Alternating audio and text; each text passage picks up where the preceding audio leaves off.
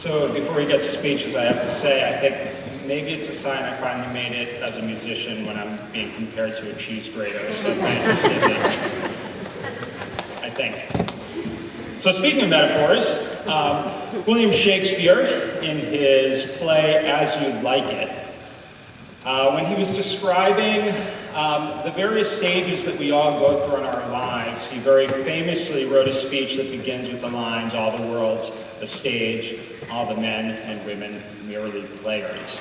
Well, anyone who is going to see Beauty and the Beast this weekend or has seen any of our dramatic programs over the last 4 years knows that this metaphor of comparing life to the acting stage is a perfect one for our first speaker, Rick Hilscher.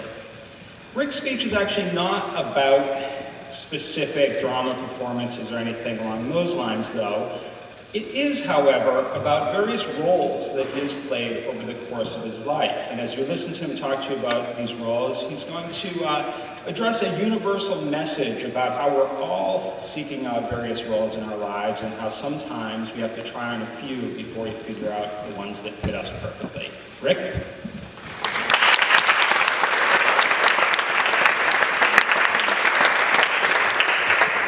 Thank you, Mr. Markanish. One day, as I sat in Mr. Silvan's AP European History class 2 years ago, I realized, at the age of 16, that I was having a midlife crisis. The class had begun like any other.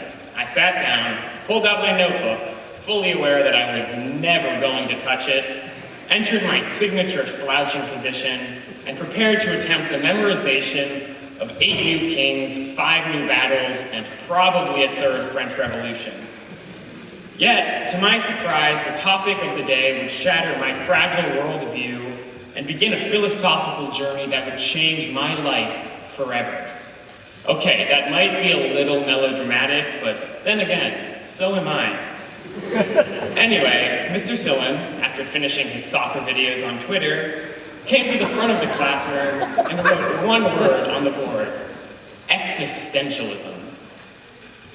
For those of you unfamiliar with the nuances of 20th century philosophy, aka everyone except Justin, existentialism is a philosophy made popular after World War II that basically says that life is meaningless and thus none of our actions or choices have any effect, as we are all just insignificant clumps of organic matter floating around in a purposeless, uncaring void. I know, it sounds like the concept of a My Chemical Romance album, but underneath the nihilistic words, there is a sort of hidden beauty. According to these existentialists, if there is no intrinsic meaning or purpose in a person's life, then that person is entirely free to create meaning, construct purpose, and live without the burden of thinking that any of it will matter in the end. As the cliche goes, life is what you make of it. However, as I was hearing about this for the first time in AP Euro, existentialism felt way more depressing. I felt like Wile E. Coyote, the ground suddenly disappearing beneath my feet as I plummeted into a pit of meaninglessness, understanding that my life had very little worth. I was literally having an existential crisis. However, I soon realized that the struggle for meaning was not new to me. In fact, I've always struggled with my identity and place in the universe. Understanding who I am, what I stand for, and why I'm here is something I am constantly in pursuit of, and yet I never seem to make much progress. This struggle for identity reminds me of a question a great thinker of our generation and an idol of mine once asked. Do you ever feel like a plastic bag, drifting through the wind, wanting to start again? Yes, Miss Perry, all the time.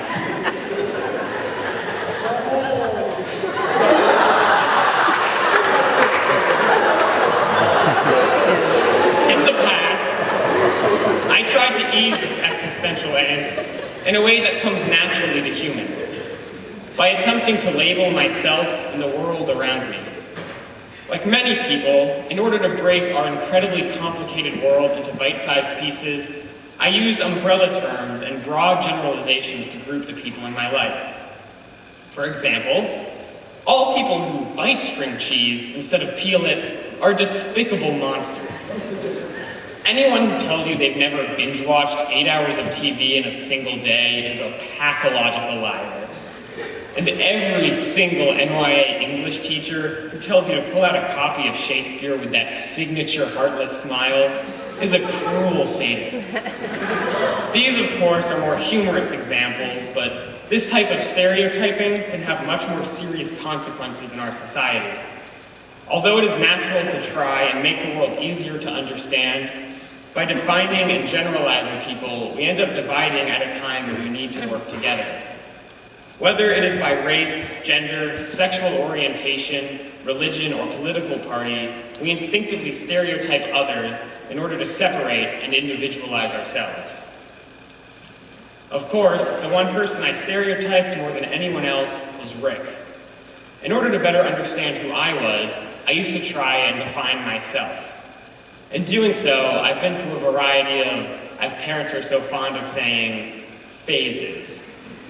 In middle school, there was the infamous Justin Bieber hair phase, which my family has more aptly named the mushroom head phase.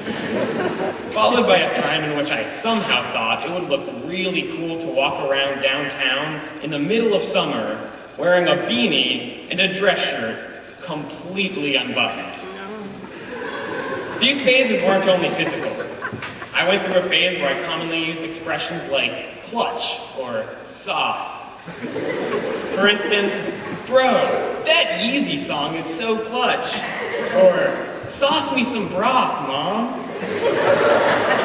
Over the years, I would establish myself as an athlete, a comedian, a theater artist, or the outsider who nobody understands. But all of these identities felt unnatural and forced. It seemed to me that everyone else fit perfectly into their defined boxes, while I existed crammed between the boundaries of identity. For a while, I thought that by strictly defining myself and my purpose, I would ultimately discover happiness, as if it were some tangible thing I could find, like Waldo, rather than some vague conception created by humans. But thinking back on that AP European history class, when I first learned about existentialism, I realized that shouldn't even be the goal. I can't be defined, and I can't define the people in the world around me. Using specific language and definitions is far too limiting to explain humanity or any of our incredibly complex emotions and interests. For instance, I can't define Jack Sillen and Troy as science nerds, or Jack Labby and Brent as hockey guys, or Tessa and Kara as short. They are all so much more complicated than a word or two or 1,000 could describe. Over time, I've learned that life is insanely, sometimes annoyingly complicated, but that's where the thrill of it comes in. I know I may seem like the guy who is totally in control of his life and confident, but that's not true. 90% of the time, I have no idea what I'm doing or what's happening around me. I don't understand the world, even if I pretend that I do. For example, I don't understand the appropriate way to greet people. In my angst over whether I should hug or high-five someone, I usually end up doing a weird half-wave, half-high-five type thing. I don't know how to comfort people without just patting them on the back. I don't know what the best way is to dance at a party. I don't know why I spend so much time stressing about the way others perceive me. The point is, I don't understand most of the world. And I'm guessing a lot of you don't either. So save yourself the stress of trying to understand the world and just let the world envelop you. This idea is captured in the existentialist mantra, existence precedes essence, which basically means that we, as humans, are only existing conscious beings, rather than the labels, stereotypes, and preconceptions we have. As I graduate from NYA and move on towards the next step of my future, I want to stop worrying about discovering myself and completely understanding the world. For me, life isn't about certainty, and it isn't about strict black and white labels and definitions. It's about fully experiencing everything that life has to offer, good and bad. It's about appreciating how grief and failure can lead you to value joy and success. It's about cherishing every argument, every celebration, every awkward interaction. After all, an entirely happy and successful life would be incredibly boring.